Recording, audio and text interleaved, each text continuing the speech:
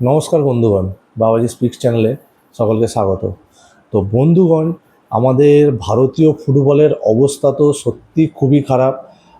মানে একটা ভারতীয় ফুটবল প্রেমী হিসাবে সত্যি খুব খারাপ লাগে এখন মানে ভারতীয় ফুটবলের অবস্থা দেখে।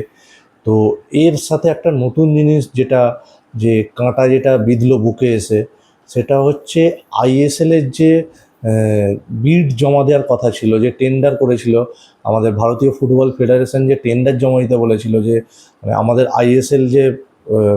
আইএসএল এতদিন যে অনুষ্ঠিত হতো আমাদের ভারতের, যে top league ISL, Indian super league, সেটা আহ, যারা পরিচালনা করতো, যে রিলায়েন্স, যে নীতা আম্বানির পরিচালিত সংস্থা, তো রিলায়েন্স ফাউন্ডেশন, তো তারা 10 বছরের চুক্তি তাদের সাথে শেষ হয়ে গেছে।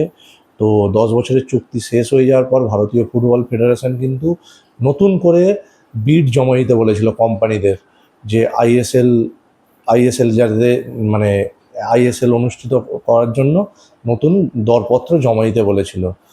তো মানে সত্যি বলতে এতটা খারাপ লাগছে, মানে এরকম দিন যে দেখতে হতে পারে সত্যি ভাবা যায় না, ফুটবল প্রেমী হিসাবে ভাবা যায় না। এরকম জায়গায় আমাদের ভারতীয় ফুটবল পৌঁছে গেছে যে কোনো কোম্পানি একটা বিড করেনি আইএসএলটা নেওয়ার জন্য। কোনো কোম্পানি, ভারতের এত বড় বড় কোম্পানি আছে, এত বড় বড় নাম করা, মুকেশ আম্বানি থেকে শুরু করে আদানি, টাটা, জেএসডব্লিউ, মানে মানে অনেক অনেক অনেক, জেএসডব্লিউ, মাহিন্দ্রা বলুন থেকে শুরু করে বহু বহু কোম্পানি আছে যারা কিন্তু আইএসএলটা কিন্তু বিট করতে পারতো, কিন্তু কেউ, বিশ্বাস করুন বন্ধুগণ, কেউ রিস্ক নিতে চাইছে না।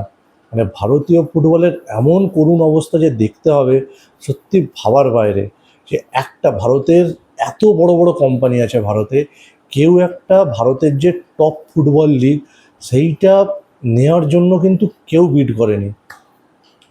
তো বন্ধুগণ, এর থেকে খারাপ দিন আর হতে পারে না।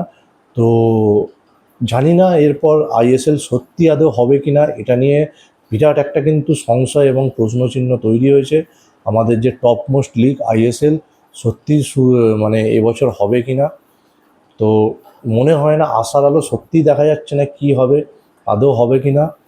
তো যে কারণটা বলি বন্ধুগণ, যে আমাদের যে কেন নিতে চাইছে না কোম্পানিগুলো, সত্যি কেনই নেবে তাদের হচ্ছে প্রশ্ন। আমাদের ফুটবল ফেডারেশনে তারা যে ইনভেস্ট করছে, মানে তারাই খরচা করবে, সব কিছু করবে, মানে আর ফেডারেশন বসে বসে তাদের প্রফিট নিয়ে চলে যাবে। এটা কে মেনে নেবে? কোনো কোম্পানি মেনে নেবে যে তারা সব কিছু টাকা ইনভেস্ট করবে? একটা কোম্পানি সব কিছু তারা পরিচালনা করবে, সব একটা ইনভেস্টার নিয়ে আসবে, স্পন্সর নিয়ে আসবে, তারাই সব কিছু করবে, আর বছরের শেষে যা প্রফিট হবে তার 20%, 25% ফুটবল ফেডারেশন বসে বসে নিয়ে নেবে। এটা কেন কোনো কোম্পানি মেনে নেবে বন্ধুগণ? আর সেই যে টাকাটা তাদের হাতে দেয়ও, যে প্রফিট থেকে ভারতীয় ফুটবল ফেডারেশনকে যে টাকাটা দেয়, সেটাও তারা ফুটবলের ডেভেলপমেন্টে খরচা করে না, সেটাও তারা তাদের পকেটে ভরে নেয় টাকাটা। এরপর কোন কোম্পানি বলুন তো এগিয়ে এসে মানে ফুটবলে ইনভেস্ট করবে? আর যে আরেকটা যেটা কারণ, যেটা হচ্ছে যে বড় বড় যে বেটিং কোম্পানিগুলো, তারাই কিন্তু মেনলি ফুটবলে ইনভেস্ট করতো। বড় বড় যে অনলাইন বেটিং অ্যাপগুলো ছিল, তো ভারতে কিন্তু সবাই আপনারা জানবেন যে রিসেন্টলি যে অনলাইন বেটিং অ্যাপগুলোকে ইল্লিগাল ঘোষণা করা হয়েছে, ব্যান করা হয়েছে ভারত থেকে। তো এরপরে কিন্তু সেটাও একটা তাই সমস্যা তৈরি হয়েছে, কারণ অনলাইন বেটিং অ্যাপগুলো অনেক টাকা ইনভেস্ট করতো ভারতীয় ফুটবলে। তো তারা কিন্তু বন্ধ হয়ে যাওয়ার জন্য, অ্যাপগুলো ভারতে ব্যান হয়ে যাওয়ার পর থেকে কিন্তু এটাও একটা কিন্তু বিশাল বড় সমস্যার সম্মুখীন হয়েছে বড় বড় কোম্পানিগুলো। তারা হয়তো কোনো কোম্পানি বিড করে আইএসএলটা নিয়ে নিল, কিন্তু তারপর তাদেরকেও তো স্পন্সরশিপ আনতে হবে, শুধু তাদের টাকায় তো চলবে না। বিভিন্ন টেলিভিশনের স্বত্ব, মোবাইলের ওটিটির স্বত্ব, এরকমভাবে মানে বিভিন্ন রকম ধরুন মিডিয়ার স্বত্ব, এরকম অনেক কিছু, বিভিন্ন ফুড পার্টনার, এরকম অনেক কোম্পানির আরও স্পন্সর লাগবে। তো এই দিক থেকে কিন্তু তারা একটা ভালো একটা অ্যামাউন্ট এই অনলাইন বেটিং অ্যাপগুলোর থেকে পেত। তো এইগুলো ব্যান হয়ে যাওয়ার পর কিন্তু সেটাও তারা একটা প্রবলেমের সম্মুখীন হবে। তো এটাও একটা বিশাল প্রবলেম। আর তো যেটা মেন কারণ, যে সত্যি বলতে এই মুহূর্তে কোনো কোম্পানি কিন্তু ভারতীয় ফুটবলকে দায়িত্ব নিচ্ছে না, শুধুমাত্র ফেডারেশনের অপদার্থতা এবং ব্যর্থতার জন্য। মানে এরকম যে একটা ফুটবলের না আছে কোনো ন্যূনতম একটা ডেভেলপমেন্ট।